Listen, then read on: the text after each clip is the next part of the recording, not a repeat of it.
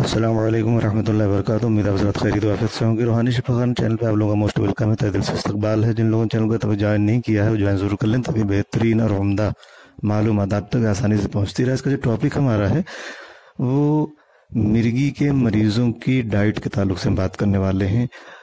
मिर्गी के मरीज़ों की डाइट कैसी होनी चाहिए ताकि उसमें जो है ज़्यादा मुश्किल ना हो और बीमारी की रोकथाम हो सके। मिर्गी एक न्यूरोलॉजिकल डिसऑर्डर है जिसमें एक व्यक्ति को बार बार दौरे पड़ते हैं। ये समस्या जो होती है दिमाग में किसी गड़बड़ी की वजह से पैदा होती है। जब ये परेशानी जाहिर होती है तो व्यक्ति का जो बॉडी है, जो शरीर है, वो लड़खड़ाने लगता है और बेहोशी या हाथ पैर का झटकना या हाथ पैर का ऐंठना, पेशाब वगैरह कंट्रोल में ना होना, ये सारे असरात जो है ये जाहिर होते हैं। ऐसे में ये जानना बेहद ज़रूरी होता है कि जब ये बीमारी किसी को लग जाए तो उसको खाने पीने में किस तरीके से एहतियात बरतना है, किन चीज़ों को खाना है, किन चीज़ों से परहेज़ करना है, ये जानना बेहद ज़रूरी होता है।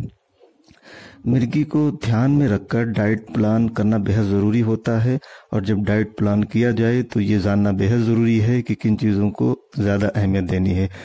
पहली ज़रूरी चीज़ जो है वो तत्व है प्रोटीन। वहीं दूसरे तत्व की अगर बात की जाए तो फैट। ये दोनों तत्वों को डाइट में जोड़ना बेहद ज़रूरी होता है। ऐसे में अपनी डाइट में चीज़, पीनट बटर, मक्खन, घी, बादाम का आटा, नारियल का आटा, फिश, चिकन, अंडा, टोफू, गोश्त, सोया, बादाम का दूध, कॉफ़ी, काली चाय, पालक, पत्ता गोभी, एवोकाडो, बादाम, अखरोट, काजू, सूरजमुखी के बीज और जो है chia seeds, pumpkin seeds, flax seeds, Shimla मिर्च, खीरा, प्याज, मेथी, गोभी वगैरह को डाइट प्लान में जोड़ना फ़ायदेमंद होता है। अगर इन चीज़ों में से मरीज़ को किसी भी चीज़ से कोई एलर्जी है तो उसके इस्तेमाल से उसे बचना चाहिए। मिर्गी के जो मरीज़ होते हैं उनको खाने में कार्बोहाइड्रेट की मात्रा का जो है कम इस्तेमाल करना चाहिए और जिन चीज़ों में कार्बोहाइड्रेट की मिक़दार मौजूद होती है उन चीज़ों से दूर ही रहने में फ़ायदा होता है। ऐसे में जिन चीज़ों में इसकी मिक़दार ज़्यादा होती है अगर उन्हें डाइट में शामिल कर लिया गया तो बीमारी और बढ़ जाती है, मुश्किलात और बढ़ जाती है, दौरे बार बार पड़ने लगते हैं।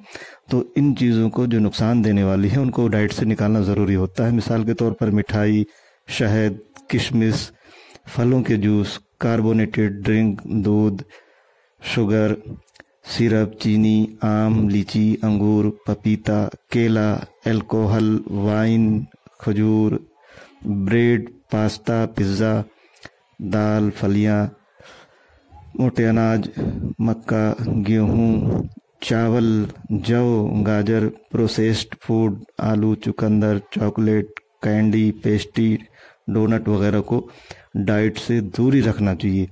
ये सारी चीज़ों से परहेज़ करना बेहद ज़रूरी होता है क्योंकि इन चीज़ों में कार्बोहाइड्रेट की मिक़दार बहुत ज़्यादा होती है। इसके इस्तेमाल से मिर्गी की जो बीमारी है वो और गंभीर शक्ल ले सकती है, तो इनका बचाव करना बेहद ज़रूरी है। खाली पेट घी के साथ काली चाय का इस्तेमाल फ़ायदेमंद होता है। इसके साथ ही बादाम और अखरोट का इस्तेमाल भी कर सकते हैं। नाश्ते में पीनट बटर या आमलेट का इस्तेमाल करना चाहिए। लंच में नारियल के आटे की रोटी और मेथी की सब्जी वगैरह का इस्तेमाल करना चाहिए। शाम के नाश्ते में भुनी हुई मूंगफली और ग्रीन टी का इस्तेमाल करें। रात के खाने में लौकी के कोफ्ते या लौकी से बनी हुई चीज़ों का इस्तेमाल कर सकते हैं। इस तरह रोज़ाना डाइट में नई नई चीज़ों को शामिल कर सकते हैं, लेकिन उन्हीं चीज़ों को शामिल किया जाए जो फ़ायदेमंद है।